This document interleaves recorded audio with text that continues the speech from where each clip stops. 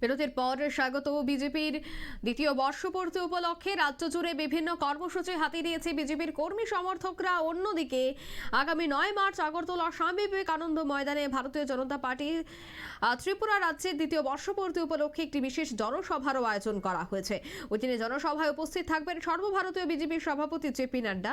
জনসভা সফল করার লক্ষ্যে রাজ্যের 7টি মণ্ডলে চলছে বিজেপি দলের বিভিন্ন কর্মসূচি।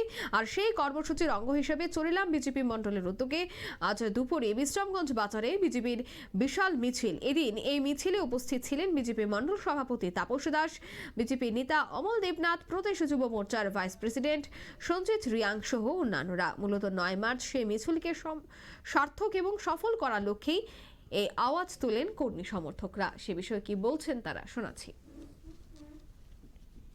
8ই মার্চ আমাদের দ্বিতীয় টার্মের দ্বিতীয় বছর পূর্তি উপলক্ষে আগামী রবিবার দিন 9 তারিখে আস্থা বলে আমাদের রাষ্ট্রীয় সভাপতি জেপি নাড্ডাজি আসছেন।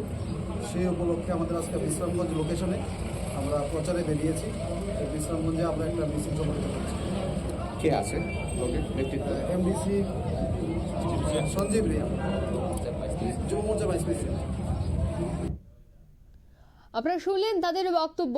বিবেকানন্দ ময়দানে 9 মার্চ যে জনসভার আয়োজন করা হয়েছে, সেই জনসভাকে কিভাবে সফল করা যায়, কর্মী সমর্থকরা বা কিভাবে এই জনসভাকে সফল করবে তার আহ্বান জানাতেই কিন্তু এই মুহূর্তে বিভিন্ন জায়গায় কর্মসূচি, তার পাশাপাশি বিভিন্ন জায়গায় মিছিলেরও আয়োজন করা হচ্ছে।